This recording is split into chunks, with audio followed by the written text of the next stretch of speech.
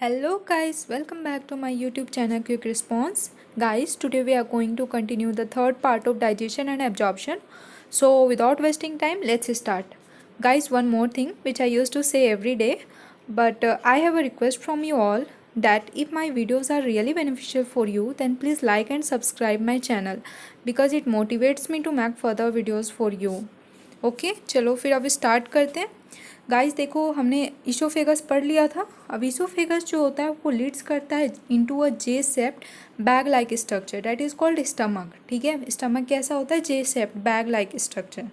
Okay, तो अब oesophagus जो है वो स्टमक में कैसे ओपन होता है? By a gastro oesophageal sphincter. It is a muscular sphincter which regulates the opening of oesophagus into stomach. ठीक है, तो ये वाले sphincter say that is gastro-oesophageal sphincter से ये स्टमक में ओपन होता है। ठीक है, गैस्ट्रो स्टमक का नाम है एक्चुअली, स्टमक को गैस्ट्रो भी कहते हैं एंड ईसोफेजियल से गैस्ट्रोइसोफेजियल आपको लर्न हो जाएगा क्योंकि ईसोफेगस से स्टमक में आ रहा है ना, तो वो स्पिंक्टर का नाम हमने रख दिया गैस्ट्रोइसोफेजियल।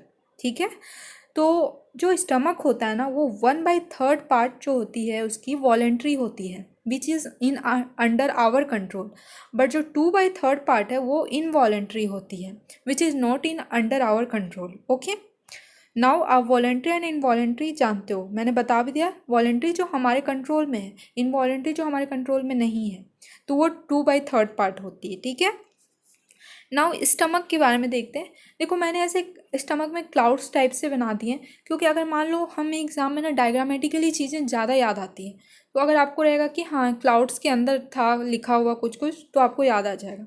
तो स्टमक देखते हैं। स्टमक जो होती है वो लोकेटेड कहाँ पर होती है? Upper left portion of the abdominal cavity. ये लेफ्ट पोर्शन में होती है। ठीक है, upper left portion of abdominal cavity and this is the widest part of the alimentary canal.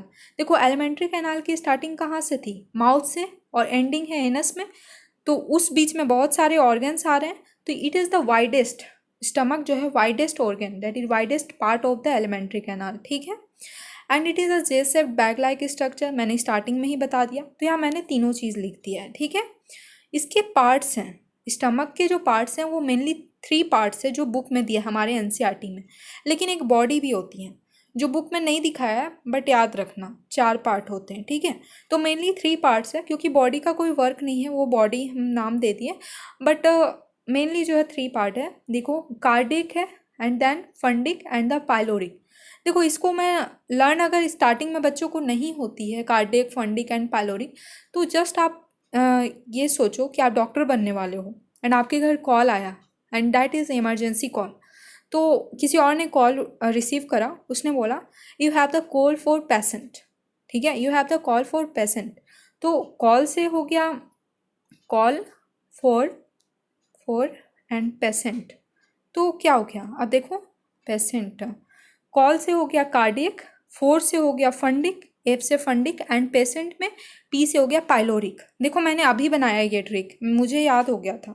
तो कार्डियक क्या होता है? इसी में ईसोफेगस ओपन होता है। ठीक है, जो ईसोफेगस है स्टमक में, मैंने बताया गैस्ट्रो ईसोफेजियल स्पिंक्टर से गार्डेड होकर वो ओपन होता है स्टमक में, तो कार्डियक वाले पार्ट में ओपन होता है ईसोफेगस। ठीक है, एंड फंडिक क्या है? It is the main part of the stomach because it release the gastric juice which is acidic. और गैस्ट्रिक जूस का क्या काम है, ये जब हम प्रोसेस ऑफ डाइजेशन पढ़ेंगे तो वहाँ पर डिस्कस करेंगे। ठीक है, यहाँ पर अभी बस स्ट्रक्चर जान ले रहे हैं। ठीक है, और पाइलोरिक जो है, अब ये लास्ट पार्ट हो गया, इसलिए मैंने लिखा कॉल फॉर पेशेंट। अब पी से हो गया पाइलोरिक, ये क्या होगा? अब स्टमक के बाद कहाँ जाएंगे हम? स्मॉल इंटेस्टाइन में, तो स्मॉल इंटेस्टाइन का जो फर्स्ट पार्ट है ड्यूडेनम, वहाँ पर जाकर पाइलोरिक ओपन होता है। ठीक है, चलो ये तो हो गया स्टमक। स्टमक में मैंने प्रीवियस ईयर में क्वेश्चन देखा था, इसलिए मैं यहाँ पर बता रही हूँ। एक न्यू वर्ड आया था, ओमेंटम। ओमेंटम क्या होता है? देखो, जो स्टमक होती है ना, उसके ऊपर कवर होता है, एंड कवर किस चीज़ का होता है? पेरिटोनियम होता है। मतलब वो जो लेयर होता है कवर का, वो पेरिटोनियम लेयर होता है, और उस लेयर पे fat tissues and lymphoid tissues deposit रहते हैं, and that peritoneum is called omentum. समझ गए? जो स्टमक है वो कवर है लेयर ऑफ पेरिटोनियम से, एंड पेरिटोनियम किस चीज़ का बना हुआ है? Fat tissues and lymph tissues. Okay, तो उस पेरिटोनियम को हम कहते हैं ओमेंटम। ठीक है, अब देखते हैं जो स्टमक है उसका दो कर्व्ड सरफेस है। मैं बताऊंगी कैसे दो कर्व सरफेस, अभी मैं डायग्राम दिखाऊंगी। तो एक हो गया left curve surface and right curve surface. ठीक है, जैसे आपकी तरफ से जो जो डायग्राम दिखेगा मैं बता रही हूँ। Okay, left curved surface and the right curve surface. देखो जब आप वीडियो देखोगे तो ये आपको राइट लगेगा, ठीक है, और ये वाला लेफ्ट लगेगा, बट बॉडी तो ऐसे रहती है ना, बॉडी तो इधर से देखेंगे तो ये वाली लेफ्ट होती है एंड ये वाली राइट। लेकिन आप जब वीडियो देखोगे तो आपको ये राइट लगेगा आपके हैंड की तरफ से, बट ये होती है left and it is right. तो लेफ्ट वाली जो कर्वेचर है वो ग्रेटर कर्वेचर है, देखो ये पूरा, एंड जो राइट वाली है वो क्या है, छोटा सा कर्वेचर है, तो इट इज़ लेसर कर्वेचर। ठीक है, तो अब देखते हैं, तो left curve surface and the right curve surface मैंने बता दिया। लेफ्ट कर्व सरफेस जो होती है वो ग्रेटर कर्वेचर है। ठीक है, इसमें क्या होता है, ग्रेटर मोमेंटम होता है। देखो पेरिटोनियम लेयर तो पूरे स्टमक पे है ना, तो यहाँ पर सबसे ज़्यादा लेयर हुई, मतलब ग्रेटर मोमेंटम हुई, मतलब यहाँ पर फैट और लिम्फ टिश्यू का डिपोजिशन ज़्यादा होगा। और क्योंकि राइट कर्व सरफेस छोटा सा लेसर कर्वेचर है तो यहाँ पर कम डिपॉजिट होगी फैट एंड लिम्फ टिश्यूज। ठीक है, तो it is lesser omentum. Okay, so ये डायग्राम है, this is cardiac, this is fundic and this is pyloric and this is pyloric sphincter है। अभी पाइलोरिक स्पिंक्टर डिस्कस करेंगे क्योंकि अब ये जाएगी कहाँ, स्मॉल इंटेस्टाइन में। स्मॉल इंटेस्टाइन का फर्स्ट पार्ट क्या है, ड्यूडेनम है, वहाँ ड्यूडेनम में ओपन होगी, तो वहाँ पर किस चीज़ से ओपन होगी, पाइलोरिक स्पिंक्टर से गार्डेड होगी। ठीक है, तो ये हो गया greater curvature and lesser curvature, बाकी चीज़ें जानने की ज़रूरत नहीं है। और ये हो गया एनसीईआरटी का डायग्राम, तो ये आप तो पता होगा। देखो this is fundic, cardiac and this is pyloric. देखो यहाँ से एसोफेगस कहाँ ओपन हो रहा है, कार्डियक में, मैंने बता दिया। ये अब कहाँ जाएगा, पाइलोरिक, ड्यूडेनम में। ओके, नाउ स्टमक तो कंप्लीट हो गई ह्यूमन में, बट रूमिनेटिंग एनिमल्स क्या होता है, जो घास खाता है, ग्रास खाते हैं, दैट इज रूमिनेटिंग एनिमल्स। तो रूमिनेटिंग एनिमल्स में हमारे में नॉर्मल स्टमक होती है, बट यहाँ क्योंकि मैंने एक लास्ट ईयर क्वेश्चन देखा है एबोमेशम से शायद, तो यहाँ पर देख लेते हैं कंपाउंड स्टमक थोड़ा सा। तो रूमिनेटिंग एनिमल्स में कंपाउंड स्टमक होते हैं, उसके क्या होते हैं, 4 चैम्बर्ड होते हैं। ठीक है, र्यूमेन, रेटिकुलम, ओमेशम एंड एबोमेशम। ठीक है, इसको मैंने लर्न करने का ट्रिक बनाया है, रूल्स रट ओम अब।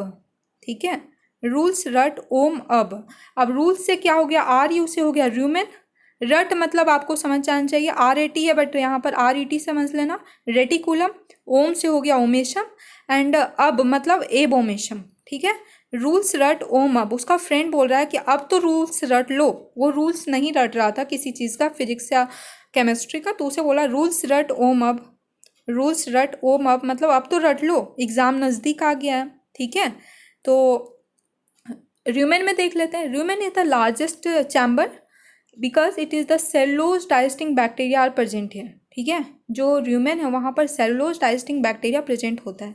आप जानते हैं रूमिनेटिंग एनिमल्स, काऊ, जो सेलुलोज डाइजेस्टिंग बैक्टीरिया उनमें होती है, methanogens. Okay, so and reticulum, omasum and abomasum देख लेते हैं। It is equivalent to our fundic part. अभी मैंने बताया कि फंडिक पार्ट क्या हमारी मेन पार्ट है, it release the gastric juice. Okay, gastric juice का वर्क मैं बाद में बताऊंगी। सो ये फंडिक पार्ट की जैसा होता है, इक्विवेलेंट है, abomasum. Now comes to the small intestine. Small intestine क्या है, अब देखो स्टमक के बाद कहाँ पर खुलेगा, स्मॉल इंटेस्टाइन में, स्मॉल इंटेस्टाइन के ड्यूटनम पार्ट में। तो स्मॉल इंटेस्टाइन पढ़ लेते हैं। स्मॉल इंटेस्टाइन क्या, it is the principal organ for absorption of nutrient.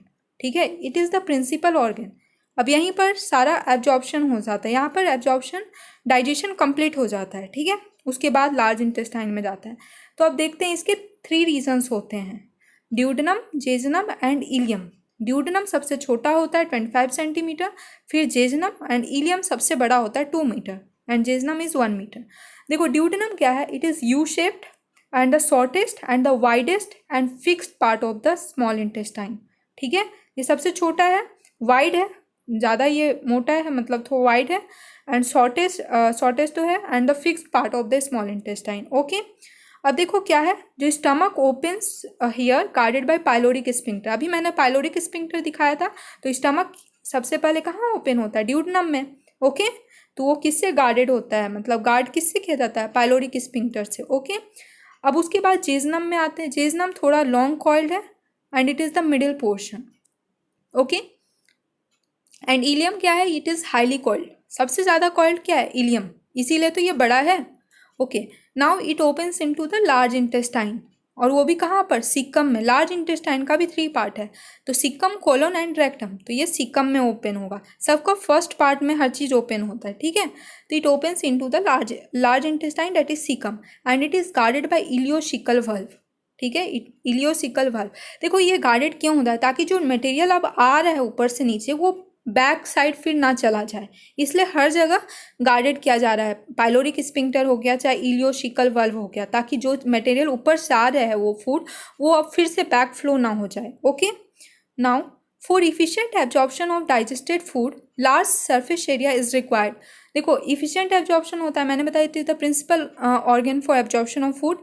तो यहाँ पर जब एब्जॉर्प्शन ऑफ डाइजेस्टेड फूड होता है तो हमें लार्ज सरफेस एरिया चाहिए। ज़्यादा सरफेस एरिया होगा तो डाइजेशन ज़्यादा अच्छे से होगा एब्जॉर्ब, ठीक है। तो कुछ मॉडिफिकेशन होते हैं स्मॉल इंटेस्टाइन में, जैसे कि greater length of the intestine, intestine का ग्रेटर लेंथ है। इलियम बहुत बड़ा है, 2 मीटर का है भाई। उसके बाद इसमें विलाई एंड माइक्रो विलाई होते हैं जो कि सरफेस एरिया इंक्रीज कर देते हैं for the absorption of food. Okay, now large intestine, absorption of digested food. Okay, क्योंकि डाइजेशन हो गया वहाँ पर कंप्लीट अब स्मॉल इंटेस्टाइन में। अब लार्ज इंटेस्टाइन में देखते हैं। लार्ज इंटेस्टाइन स्मॉल इंटेस्टाइन से मोटा होता है, डैट इज लार्ज डायमीटर होता है, ठीक है। तो इसका भी 3 पार्ट है, caecum, colon and the rectum, ठीक है। सीकम क्या है, ये स्मॉल ब्लाइंड सैक है। सैक मतलब पाउच, ठीक है, ये पाउच है छोटा सा। ये होस्ट करता है सम सिम्बायोटिक माइक्रो ऑर्गेनिज्म। सिम्बायोटिक तो आप जानते होंगे, दोनों तरफ फायदा होगा, होस्ट को भी एंड जो पैरासाइट है उसको भी और होस्ट को भी, ठीक है, दोनों को फायदा होगा, इसलिए सिम्बायोटिक है। ओके, नाउ और उसके बाद क्या होता है, सीकम के नीचे ही वर्मीफॉर्म अपेंडिक्स होती है, जो कि सीकम से ही एराइज होती है, ठीक है। तो वर्मीफॉर्म अपेंडिक्स कैसी होती है, it is a narrow finger like tubular projection, ऐसे करके पतला सा रहता है, फिंगर लाइक, ठीक है। क्या होता है ये हमें कोई काम का नहीं है, it is a vestigial organ, ठीक है। एंड इसका लेंथ जो होता है 2 to 20 सेंटीमीटर, छोटा सा होता है। अपेंडिक्स इसी से होता है, ठीक है, वर्मीफॉर्म अपेंडिक्स से, सुने होगे अपेंडिक्स का नाम। नाउ अब कोलोन, कोलोन क्या है, कोलोन का 3 पार्ट है, ascending, transverse and descending colon. देखो बुक में हमें 3 पार्ट दिया है, लेकिन ऐसे 4 पार्ट होता है इसका, ascending, transverse, descending and sigmoid colon, ठीक है। लेकिन मेनली 3 याद रखना, अगर सिग्मोइड कोलोन भी आए तो गलत नहीं है, ठीक है। उसके बाद क्या होता है, a type of contraction occur only in colon, एक कॉन्ट्रैक्शन होता है कोलोन में जो कि सिर्फ कोलोन में होता है, is mass action contraction, mass action contraction होती है यहाँ, ठीक है। अब देखो इसका जो लास्ट पार्ट है कोलोन का, डिसेंडिंग है, ठीक है। डिसेंडिंग मैंने बताई 3 मेन होता है। अब डिसेंडिंग पार्ट जो होता है वो अब कहाँ खुलेगा, रेक्टम में। तो सीकम तो आया कोलोन में एंड जो कोलोन है उसका डिसेंडिंग पार्ट आया रेक्टम में। अब रेक्टम का क्या वर्क है, it is the storage chamber for fishes, यहाँ पर फिशेस स्टोर रहती है थोड़े टाइम के लिए। नाउ अब क्या होता है, रेक्टम जो है वो ओपन होगा एनल कैनाल में, ठीक है। एनल कैनाल क्या है, a small bag like structure है which opens the outside by the anus. Anal canal कहाँ ओपन होगा, outside by the help of anus. अब देखो एनस जो है वो 2 एनल स्पिक्टर से कंट्रोल होता है, ठीक है। एनल स्पिक्टर से कंट्रोल होता है, स्पिंक्टर से कंट्रोल होता है। और एनल स्पिंक्टर 2 टाइप का होता है, एक इंटरनल एक एक्सटर्नल। जो इंटरनल होता है वो अंदर होता है, फिर उसके बाद एक्सटर्नल होता है, लास्ट में एक्सटर्नल होता है, अभी मैं डायग्राम दिखाऊंगी। तो इंटरनल जो होता है इनवॉलेंट्री होता है एंड जो एक्सटर्नल होता है वो वॉलेंट्री होता है। ओके, और एक चीज़ और, आपने सुना होगा पाइल्स हो गया किसी को, ठीक है। पाइल्स क्या होता है, जिसको हेमरॉइड्स कहते हैं। It is the local enlargement of rectal vein, sorry, it is the local enlargement of rectal vein. When का लोकल इनलार्जमेंट होता है जिसको हम पाइल्स कहते हैं, ठीक है। ये स्वेल कर जाता है वहाँ पर, तो वही लोकल इन्लार्जमेंट हो जाती है, इसलिए स्वेल कर जाता है। ओके, तो ये हो गया हमारा लार्ज इंटेस्टाइन। देखो यहाँ पर it is ascending colon, this is transverse colon and this is descending colon, ठीक है। और देखो यहाँ पर सिग्मोइड कॉलोन भी मैं दिखा रही हूँ। और ये हो गया सीकम, ये इलियम से देखो सीकम में खोल रहा है इलियोशिकल वाल्व के through, and this is appendix जो आपके काम का है। एंड देखो रेक्टम, रेक्टम एनल कैनाल में आएगा, एनल कैनाल एनस में आएगा। एनस जो है एनल स्पिंक्टर के द्वारा कंट्रोल होता है, एक इंटरनल होता है एक एक्सटर्नल होता है, वो मैंने बताया, हो गया। And last but not the least, ये जो है एनसीईआरटी में डायग्राम है। अब देखो इस डायग्राम को मैंने लास्ट में क्यों किया, अब तो आपको सब सारा ऑर्गन पता चल गया। देखो माउथ है, mouth leads to the oral cavity, ठीक है। पैरोटिड ग्लैंड मैंने बताऊंगी, अभी ग्लैंड्स नहीं पढ़ाई हूँ। देखो फिर फेरिंग्स में आया, फिर इसोफेगस में आया, स्टमक में आया, स्टमक के बाद कहाँ आया, स्मॉल इंटेस्टाइन, ड्यूडनम, फिर वही जेजनम, फिर ileum. Okay, this is ileum, सबसे ज़्यादा वो इलियम सबसे ज़्यादा कॉइल्ड है। ओके, उसके बाद हो गया ये सीकम, इट इज़ कॉलोन, ये हो गया कॉलोन देखो ascending transverse descending, and rectum and this is anus, ठीक है। ये मैंने ग्लैंड्स नहीं बताया है, इसलिए पैरोटिड और सब मैक्सिलरी एंड सबलिंगुअल अभी नहीं बताया है। और एक और चीज़ पैंक्रियाज नहीं बताया, पैंक्रियाज भी ग्लैंड है। सो गाइस मैंने कंप्लीट कर दिया। अगर अच्छा लगा हो तो I have already told you in beginning what you have to do, and press the bell icon too so that you will be notified as soon as after uploading the video. Thank you.